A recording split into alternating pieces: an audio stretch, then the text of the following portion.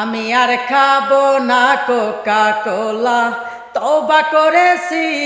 আমি আর খাবো না কোকা কোলা, তওবা করেছি। ইসরায়েলের সকল পণ্য, ইসরায়েলের সকল পণ্য বয়কট করেছি। আমি আর খাবো না, আমি আর খাবো না কোকা কোলা, তওবা করেছি।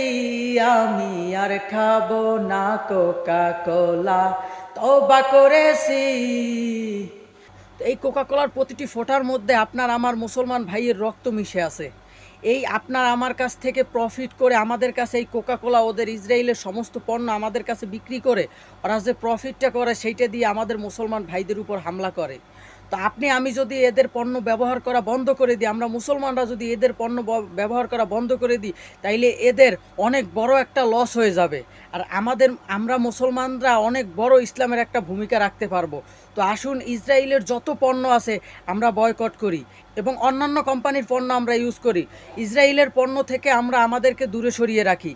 ইসরায়েলের কোনো পণ্য আমরা ব্যবহার করব না, কারণ যেই পণ্যের মধ্যে যারা আমাদের টাকা দিয়ে আমরা তাদের পণ্য কেনার পরে আমাদের সেই টাকা দিয়ে ওরা আমাদের মুসলমান ভাইদের উপর হামলা করবে আর আমরা তাদেরকে হামলা করতে সাহায্য করব, তাইলে আমরা কত বড় ক্ষতি করছি ইসলামের সেটা একবার একটু চিন্তা করে দেখেন।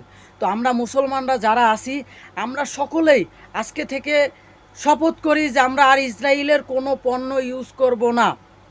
ওদের কোনো পণ্য আমরা যদি মুসলমানরা এদের পণ্য ইউজ করা বন্ধ করে দিই, তাইলে এরা অনেক বড় একটা ক্ষতির সম্মুখীন হবে।